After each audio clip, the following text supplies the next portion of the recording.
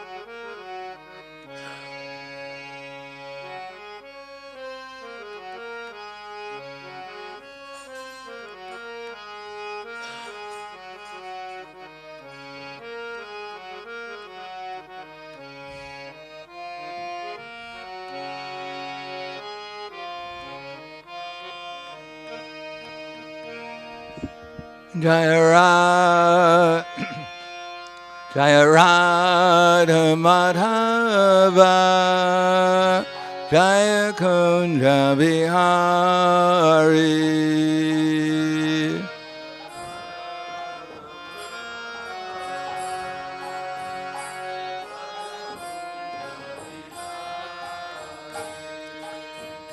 Jaya Radha Madhava Jaya Kunja Bihari.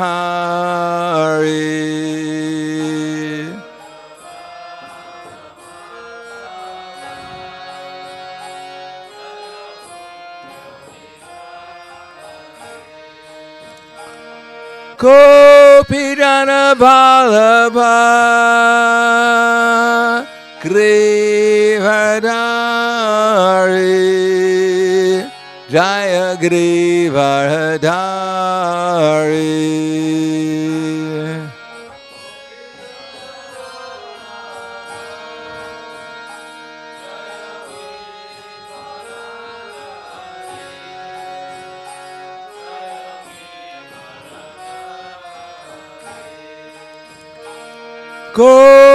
Gopidana Vallabha Grivadari Jaya Grivadari.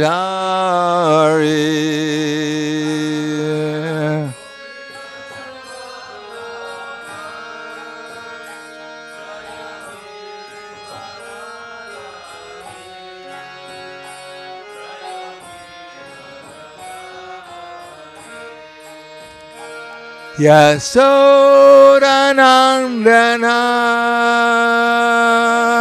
Rajadanaranja Jaya Rajadanaranja.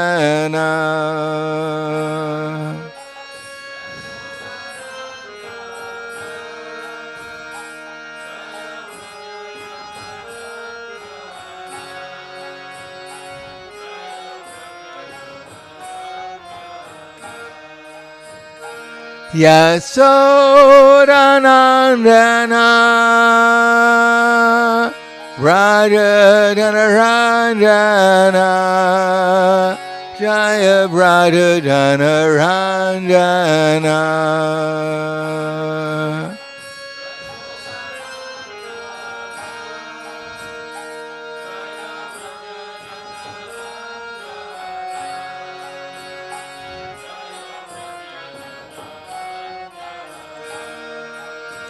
Yamuna Tiravarachari Jaya Kunja Bihari.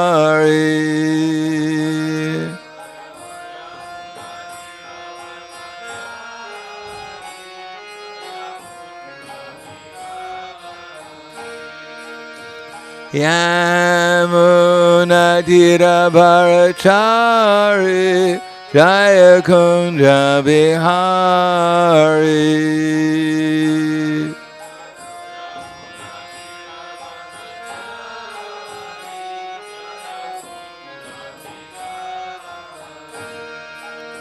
Yamuna Tiravarachari Jaya Kunja Bihari.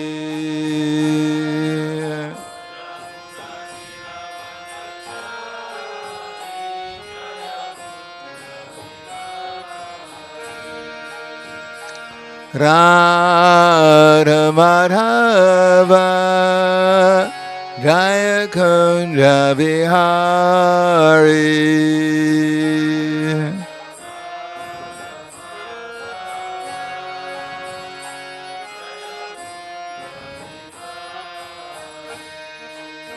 Jaya Radha Madhava. Jaya Kunja Bihari.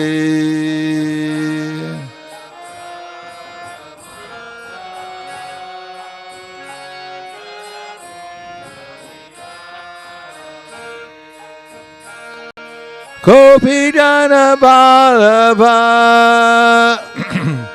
Girivardhari Jaya Girivardhari.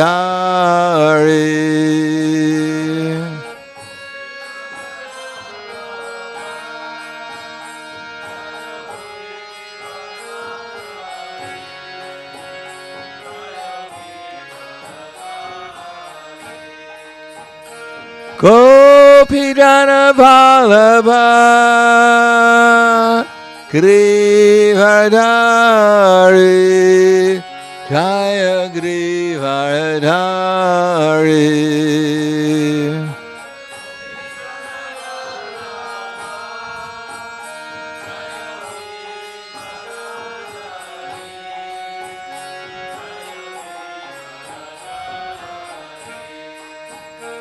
Yasodhanandana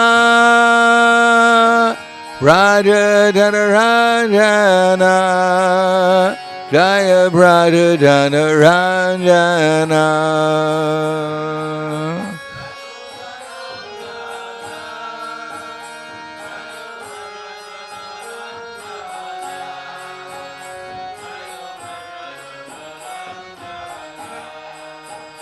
Yasodhanandana Raja Dhanaranjana Jaya Raja Dhanaranjana.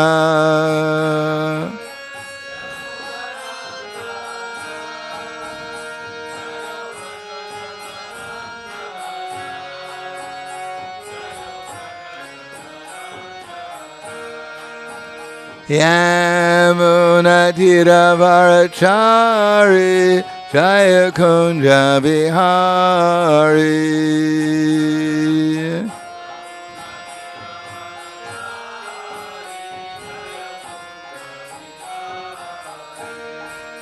Yamuna Tiravarachari Jaya Kunja Bihari.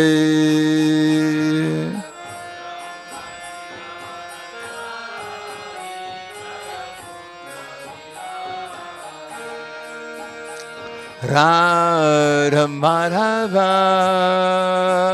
Jaya Kunja Bihari.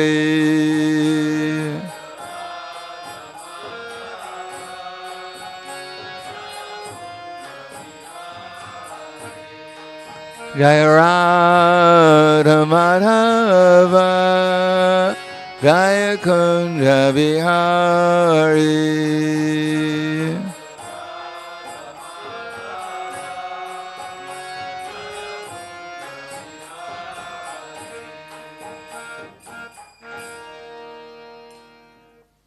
Jayam Vishnupad Paramahansa Parabhadakasharya Asadhara Satushi Shriman His Divine Grace Shalasi Bhaktivedanta Swami Raj Srila Prabhupada Ki Jai Gaur Premanande Haribo Slava Zarani Bhaktam Slava Shri Guru Shri Grangi Mom Vishnupadaya Krishna Prasthaya Bhutale Srimate Bhaktivedanta Swami Tinamane Namaste Saraswatam Deve Gauravani Pacharne Nirvishesha Srinivadi Paskyadyade Satarne Om Agana Timanandasya Gananjana Salakaya Chaksur Militam Yena Tasmai Shri Guruve Namaha Shri Chaitanya Manobhishtam Stapitam Yena Bhutale Swayam Rupa Kadamayam Tadati Swapadantikam Vandeham Shri Guru Shri Yuta Para Kamalam Shri Gurum Vaishnavamscha Shri Rupam Sagrajatam Sahagana Raghunatam Vitam Tam Sajivam Sadvaitam Savadutam Pradana Saitam Krishna Chaitanya Devam Shri Radha Krishna Padan Sahagana Lalita Shiva Sakans Vitamscha Hey Krishna Karna Sindhu Dinabando Jagatpate Gopesha Gopika Kanta Radha Kanta Namostute Tapta Kanchana Gaurangi Radhe Vrindavaneshwari Prishubhanu Sudha Devi Pranamami Hari Priye Panchakapa Trubhyascha Kripa Sindhubhyevacha Patidanam Bhavanebhyo Vaishnavebhyo Namo Namaha Shri Krishna Chaitanya Pranitinanda Shri Advaita Gadadhar Shivasati Gaura Bhaktavrinda Hare Krishna Krishna Krishna Hare Hare Hare Rama Rama Rama Hare Hare Om Namo Bhagavate Vasudevaya Om Namo Bhagavate Vasudevaya Om Namo Bhagavate Vasudevaya Srimad Bhagavatam, Canto 8, Chapter 5, the Demigod's Appeal to the Lord, text 45 is on the board there.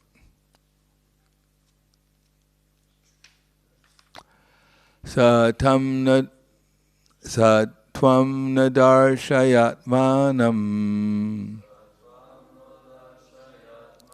asmat karna gocharam prapananam diriksha sunam sasmitam te mukambujam svatam no darshayatmanam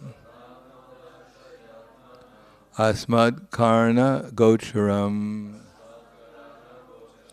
prapananam didrikshunam shasmitam te mukambujam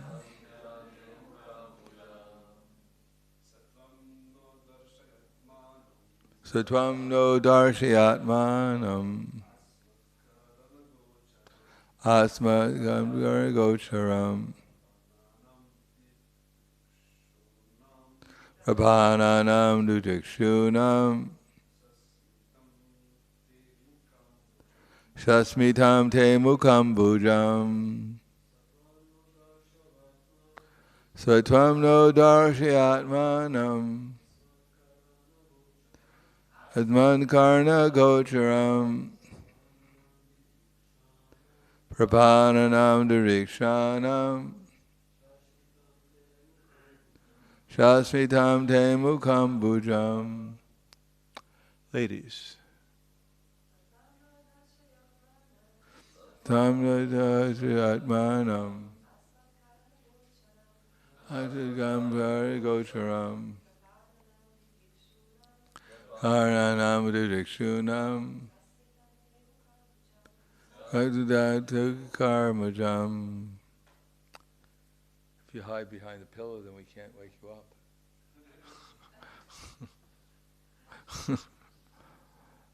Sa He, the Supreme Personality of Godhead. Tvam, you are my Lord. Naha, to us. Darshaya, be visible. Atmanam, in your original form.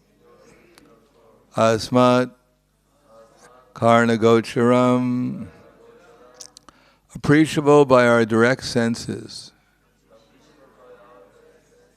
especially by our eyes. Prapananam, we are all surrendered unto you. Didrikshunam, yet we wish to see you. Shasmitam, smiling. Te, your. Mukha ambujam, lotus face.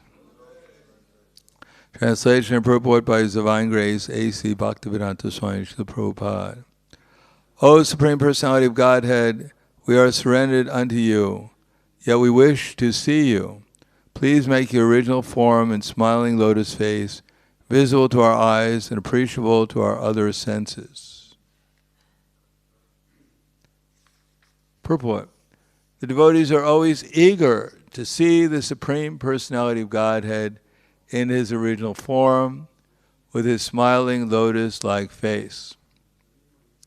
They are not interested in experiencing the impersonal form. The Lord has both impersonal and personal features. The impersonalists have no idea of the personal feature of the Lord, but Lord Brahma and the members of His disciple succession want to see the Lord in His personal form. Without a personal form, there can be no question of a smiling face, which is clearly indicated here by the words Sasmitam, Te Mukham Bhujam. Those who are in the Vaishnava Sampradaya Brahma always want to see the Supreme Personality of Godhead. They're eager to realize the Lord's personal feature, not the impersonal feature. As clearly stated here, Asmat Karna Gocharam.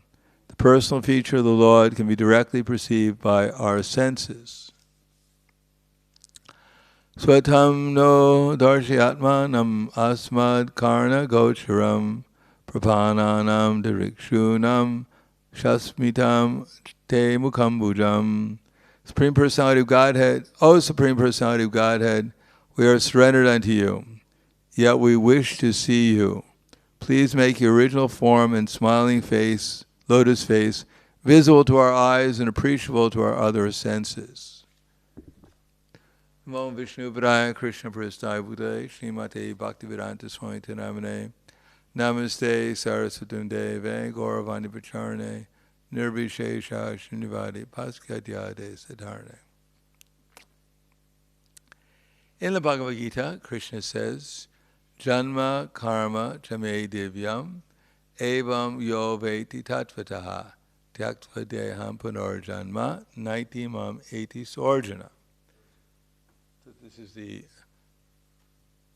Pratibhasha sloka of the Bhagavad Gita, the very essence of the Bhagavad Gita.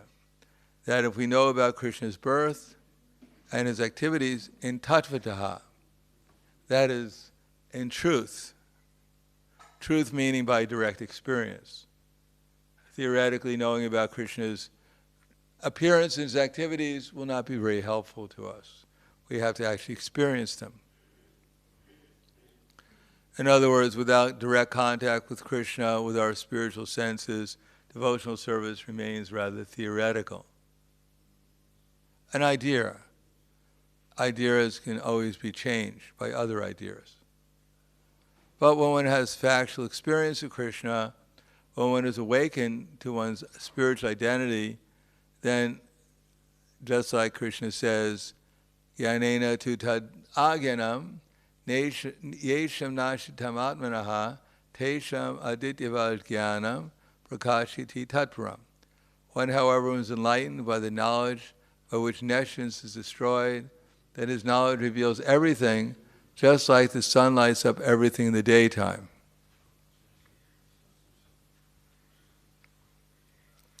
In other words, at night when everything is dark, everything is just an idea of what things look like. If you walk into a dark room and you try to think about what's in the room, all you can do is speculate because you can't see it. But if someone turns on the light, then you can actually know what's in the room. Similarly, in the absence of actually being conscious of Krishna, our whole life is just a speculation. Everything we look at, we're looking at through blind eyes. We can see something, but what's actually there is not what we're seeing. We're seeing through the modes of material nature. Therefore, Krishna says two things. Janma, how Krishna takes birth in the material world. Now, we've taken birth in the material world in a certain way, which was not so pleasant. We didn't come with a smiling face. As a matter of fact, if we did have a smiling face, when they start to beat on us as soon as we're born to get us to cry, that's actually the proper introduction to the material world. It's the preview to your life ahead. On the other hand, Krishna appears with 4 arms, holding a conch shell, wheel, and disc, and lotus flower in his hands, with a golden helmet and kaustubha jewel, not an ordinary birth. And his mother was not so inconvenienced. If you had a child in your womb with a helmet, it would be very unpleasant. What to speak of a conch shell, wheel, and lotus flower in 4 hands. But Mother Devaki did not feel any inconvenience because Krishna is transcendental. Not that transcendental means he doesn't exist, but he doesn't exist the way we think material existence exists. Actually, material existence is just a conception in the sense that the material nature is not exactly the way we think it is. It's actually just a vibration. That transcendental bodies are actually reality, and these bodies are just conceptions. Conceptions because they're always changing. We think, well, this is our present body, but the next moment it's a different body. So it's just a conception that there are bodies, but there are the same idea as if you watch a movie, movies are just one picture after another going quickly. But you can't say at any point that the movie is any one of those pictures. It's a whole continuous picture, one after another.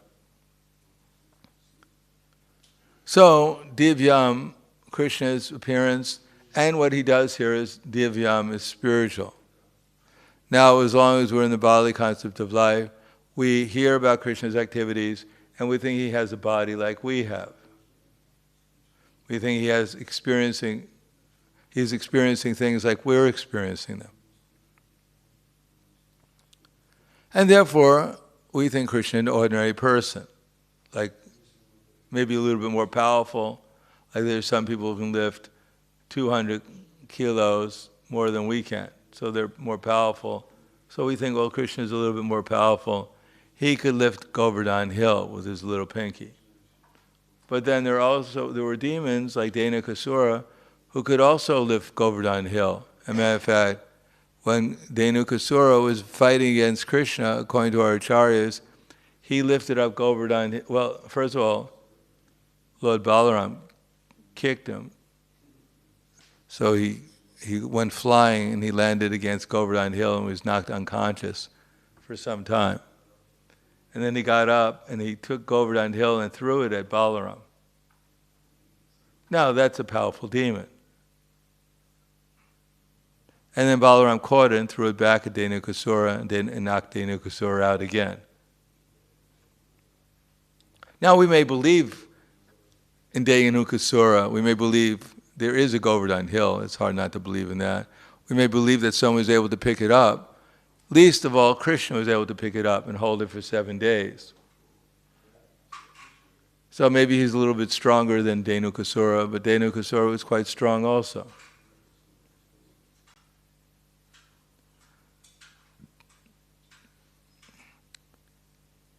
But Divyam, how do we know Divyam? Only by when we become Divyam. If you want to enter into fire, you have to become like fire. Otherwise, you'll be burned. If one wants to enter into the water, one has to become just like the water. Otherwise, one will become drowned. Similarly, if we want to understand Krishna, we have to become just like Krishna. We have to revive our spiritual senses because Atakshi Krishna Namadi na braved grayam indriyai. Krishna cannot be perceived with our gross, dense, contaminated material senses. Only when the senses become purified can actually Krishna be experienced. Therefore, in the next verse, Krishna says, Vita raga vayakroda manmaya mamupashitya bahava jnana tapasa puta madbhavam agata. Being freed from attachment, from fear, and from anger, being fully absorbed in me and taking refuge in me, Many, many persons in the past became purified by knowledge of me, and thus they all attained transcendental love for me. So what's covering us? More than just the lust, anger, greed, what's actually binding us in the material world is our conceptions, our delusions. And they come here in three varieties. Instead of lust, anger, and greed, it's attachment, fear, and anger. So these are the manifestations, of course, of lust, anger, and greed in the material world, but they manifest as certain consciousness, as certain types of delusion. And the first delusion is that everything is made out of matter, including ourselves, the material concept of life, and that there is nothing higher in the material world than sense gratification. Anyone who's has a bodily concept of life and absorbed in it cannot conceive of anything beyond sense gratification, because for them there is nothing beyond sense gratification. Usually it's just gross sense gratification, because they're not even aware of their minds. Those who get into the mental platform and the intellectual platform, they start becoming aware that they have a mind and desires. And some of them who reach perfection of that level, they can understand that they're not their body. Even Hiranyakashipu, after all, he was living in the bones of his body for thousands of our years. Obviously, if you're living in your bones, you have a good conception that you're not your body. You probably might even consider you're not your bones. Most of the illusion is taken away. Still, he was a demon. Whoever he thought himself to be, he wanted to be the controller of the universe with a material body to control it. He wanted to be eternal with a material body. Of course, everyone is eternal, and he realized he was eternal, but he wanted to be eternally the controller of the material energy. And I guess he considered that if something happened, he'd simply go through the austerities again, and another Lord Brahma would come and give him another body that he could rule the universe with. Because he realized he's not this body, but he was a demon, because he didn't realize he was a servant of Krishna. So materialists are the grossest, and 99.9% of the people are materialists. Manushanam sahasreshu kaschid yare siddhaye yatatam api siddhanam kaschim mam veti tattvataha. So again, the word tattvataha is there in truth. Most people are manushanam sahasra. Out of all these thousands and millions of people, hardly one is actually interested in self-realization, because they think they've realized themselves. They realize they are their body. That's all they have to know. They're full of realization. And they have their life and duties set out to gratify their senses unto the end of life. And of those, sometimes there are some jnanis. They're interested in intellectual understanding about the nature of the self and how to become liberated from the bodily concept of life. But they prefer not to have a personal conception, because they're fearful that if here I am, I'm a soul in the material world, and through these bodies I'm exhibiting personality, and because I'm exhibiting personality through these bodies, I'm getting into so many conflicts with people. Personality means I want to be God. I want to lord it over and enjoy others. I want to enjoy. And there are so many impediments to enjoying. I'm hankering to enjoy, and usually whatever I get, I lose, and therefore I lament. And therefore I'm always going through hankering, which is painful, and then even more painful is when I have to lament. And usually I'm hankering to enjoy the material energy in relationships, which are even more painful. If I lose my pen, I can lament. But if I lose my wife and children and my pet dog, then it's horrible. Because they're my soldiers, my fallible soldiers who are meant to make me comfortable and happy in this world. as long as I make them comfortable and happy. They're supposed to reciprocate and make me comfortable and happy, or at least acknowledge my predominance as their Lord. At least pretend. Good lie acted out nicely is also satisfying.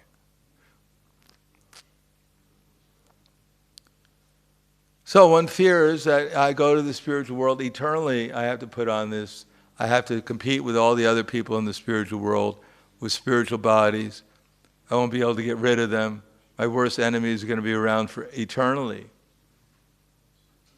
And my best friends may turn into my enemies eternally at any moment. So such is the spiritual world. I'll get a service, I'll be in, as I said before, I'll be in the kitchen washing dishes eternally. And I don't like to wash dishes. What to speak of having to do eternally. And if I complain, they'll tell me to go back to the material world again. For all that work I got there, I wind up just washing dishes eternally. Everyone else is out dancing and eating prasadam, and I'm just washing dishes. And the prasadam is so good, they don't leave anything on their plates. So I don't even get any remnants. I'm just there washing dishes eternally.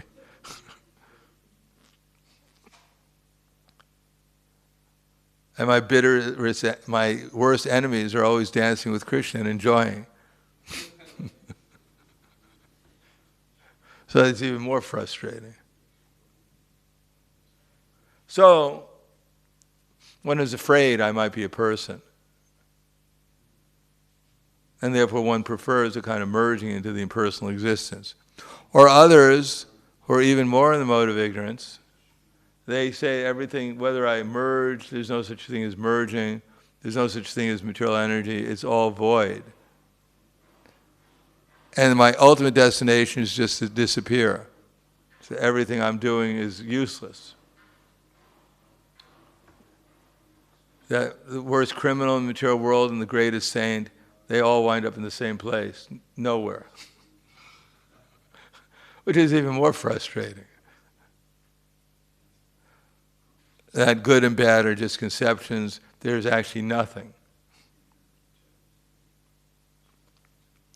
So these are the conceptions that cover us, that cause us fear, that cause us attachment, cause us anger. So how to get free from them? People are struggling to get free from these things. Putting 3 chains on their door, double locks, doubling their bank balance, exercising at the gym, taking their pills and medicine so they don't die. But everyone dies anyhow. Person who exercises at the gym day and night, and the person who won't even go for a walk, they both die anyhow. So everyone's fearful, but they don't know the formula. They're trying in so many different ways, but they all wind up in the same place. The greatest fear is always realize everyone dies, has to leave this body. And therefore everyone is always frustrated, because death is always coming nearer. It's not that we're growing younger. I took my pill and I'm growing younger every day. We hope the scientists will give them trillions of dollars to help us survive, with the promise that in the future they'll help us grow younger.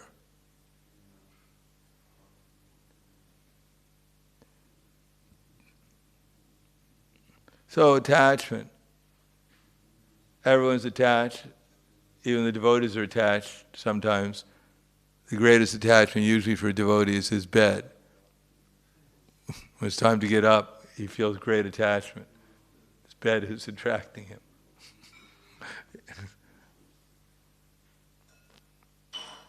And the attachment goes on to this body and things in relationship to this body. So these things, the only way of getting rid of these things is to change the attachment to Krishna, to change our frustration that we're not with Krishna, and to be fearful of material existence. of not taking shelter of Krishna. Therefore, to get free from these three things, the fear of the materialistic concept of life, the fear of a personal spiritual identity, and the frustration that arises from the void conception of life, one has to take shelter of Krishna, complete shelter of Krishna, guided by the bona fide spiritual master, and follow the disciplines and the regulated principles of devotional service.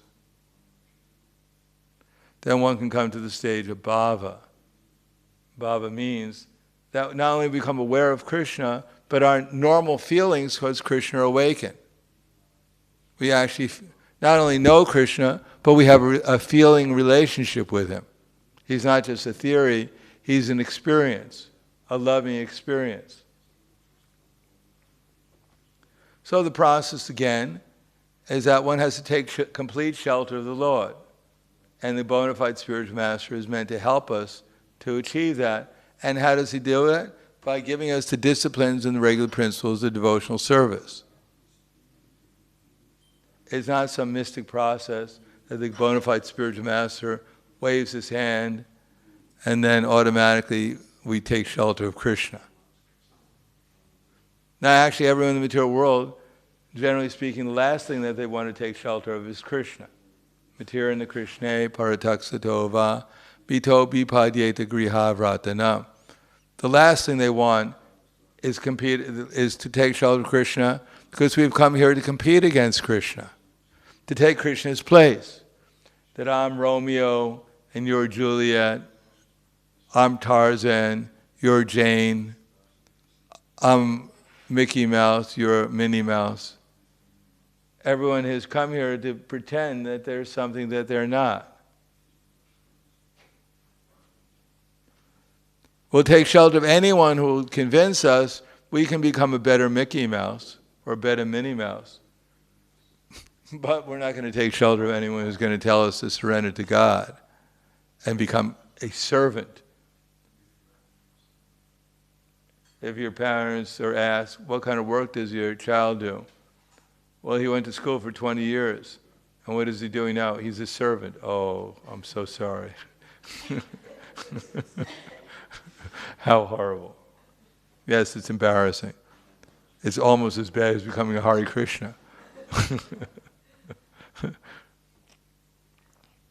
He died. He became a Hare Krishna. And now he's trying to become a servant of God. Oh my God. How horrible. What did you do? Did you beat him when you were young? When he was young?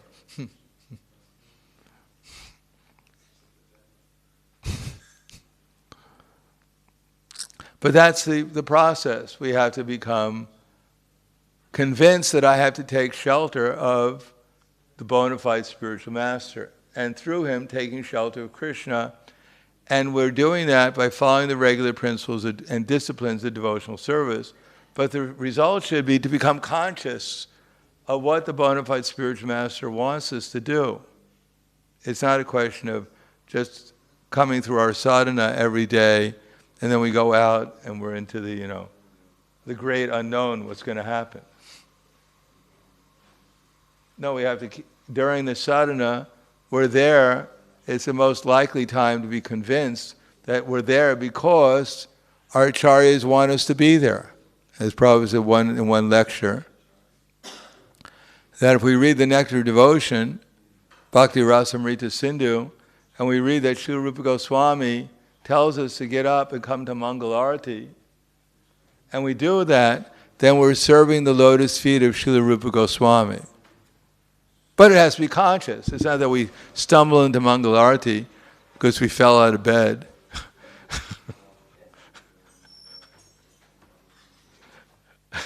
And we tried to go to the bathroom and we wound up in the temple because we were so dazed. So we get credit for Mangalarti. No, we actually have to do it consciously. I'm here because Srila Rupa Goswami has asked me to be here. And I know that because Srila Prabhupada has written that in the Nectar of Devotion.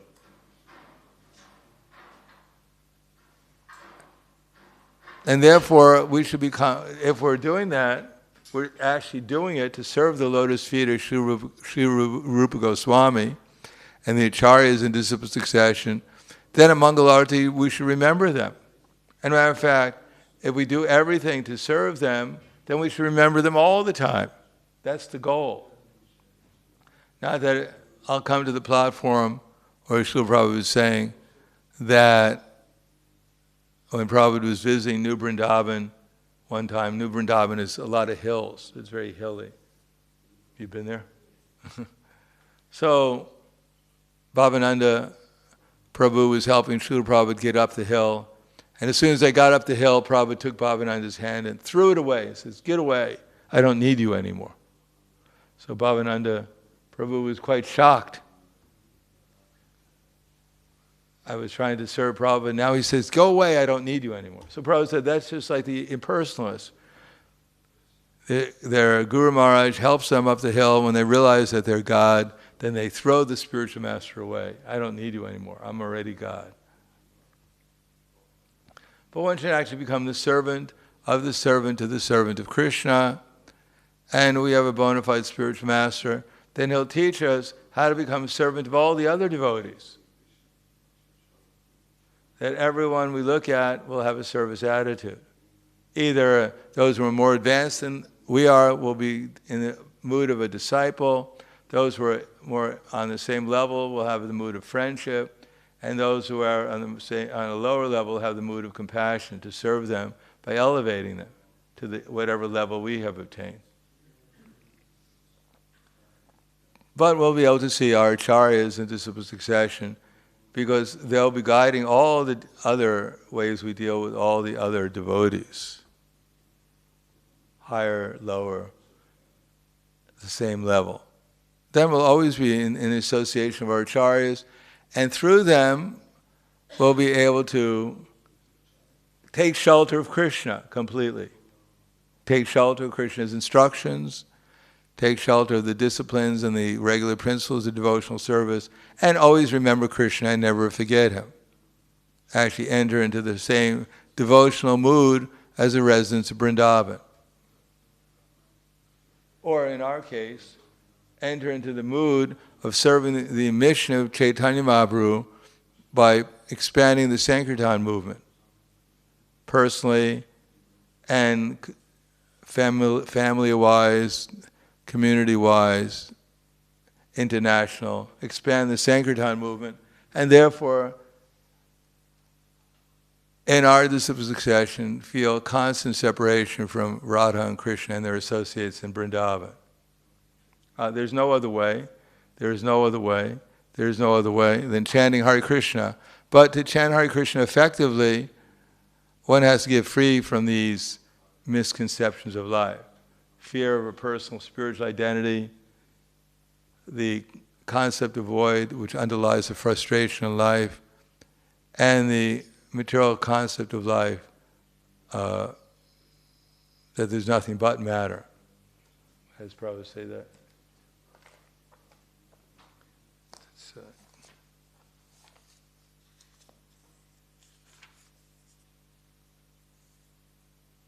Attachment to the material world, that's it. Attachment to the material world, fear of a personal spiritual identity, and the concept of void which underlies the frustration of life.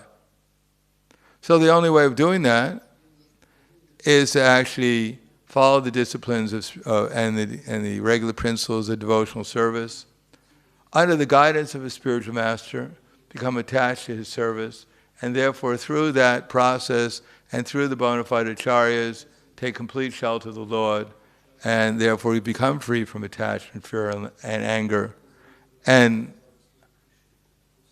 becoming free from attachment, fear, and anger, being fully absorbed in Krishna and taking shelter of him, many, many persons of the past became purified by knowledge of Krishna.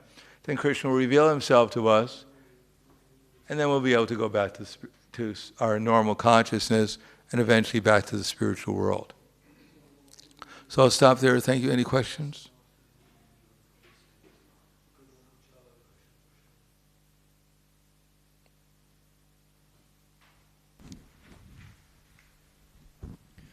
Hare Krishna Maharaj. So I wanted to ask about the importance of Vapu and Vani Seva. Oh, vapu means physical presence, and vani means by instructions. So in the physical presence, we learn how to serve the vani. And in the absence of the physical presence, we serve the vani. But there should be no difference. But Prabhupada emphasized more vani than vapu, because vani apparently is temporary, but vapu is eternal. Besides that, we can't understand vapu without vani. We can't understand what, for instance, Prabhupada was doing unless we hear the explanation in the scriptures to understand. To understand what level of anyone is on in terms of devotional service or even in terms of material existence, who we're associating with, we have to hear through Shastra to develop our intelligence so we can see what's actually going on, what the vapu is going on. Without vani, then vapu becomes, our vapu, our association is simply under the three modes of nature. And usually in this age it's more ignorance and some passion, not so much goodness, not so much clarity or proper understanding. Anything else?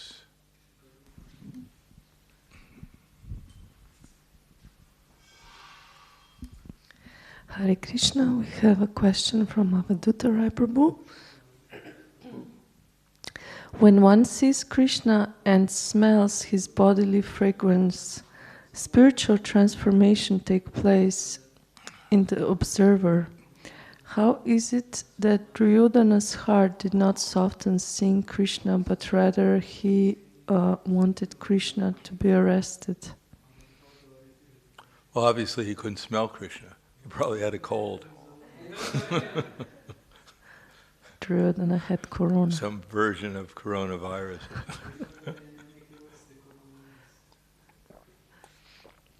Okay, and the second question from Well, it says in the Bhagavad Gita that Tatra Sarve Nimaladvat Prakashikama Namayam Sukha Sangena Bananti Jnana Sangena Chagnaha. Actually, that's the wrong verse. Right chapter, wrong verse.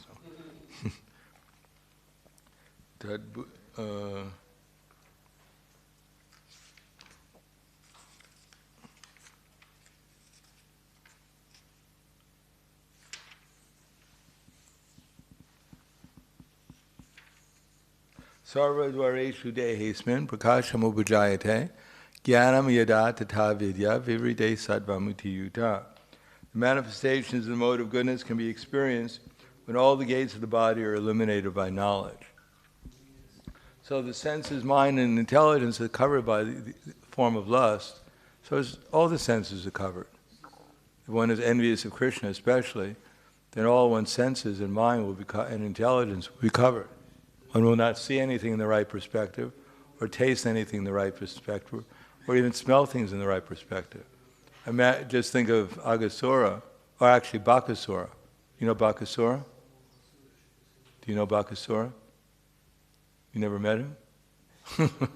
It's good. Usually 8 people he met.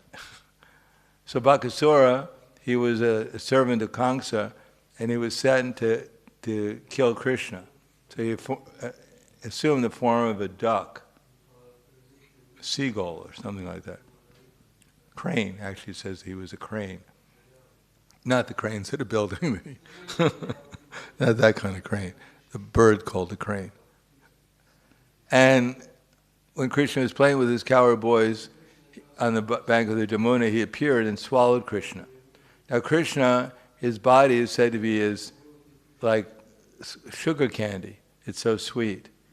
Even Krishna at the end of when there's a dissolution of the universe during the inundation and the flood, then Krishna rests on a lotus leaf, and he puts his big toe in his mouth and sucks on it, because he heard his lotus feet are very sweet, so he wants to experience it himself.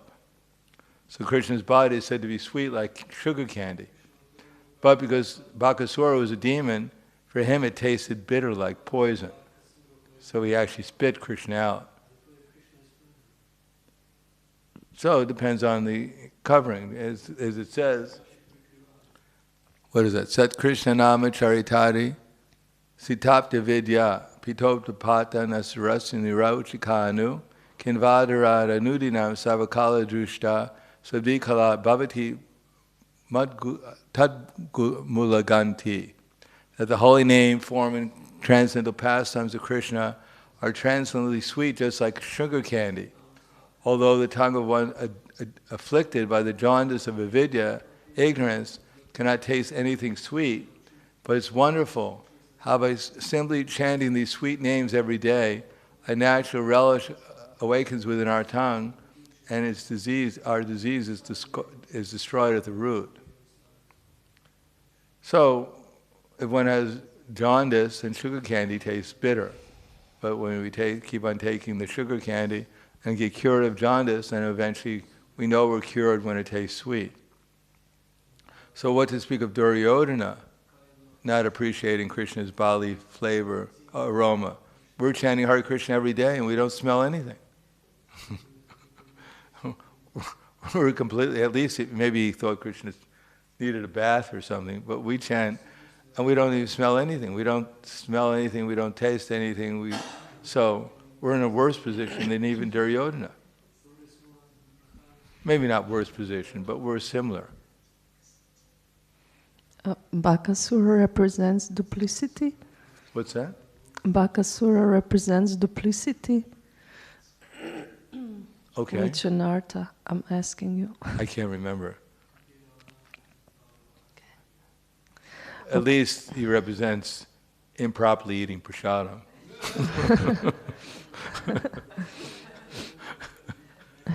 Not honoring prasadam properly. And we have another question from Vallabhi Knapin. Hare Krishna, I have a question. Where is the experience of the senses? In the senses themselves or in the mind?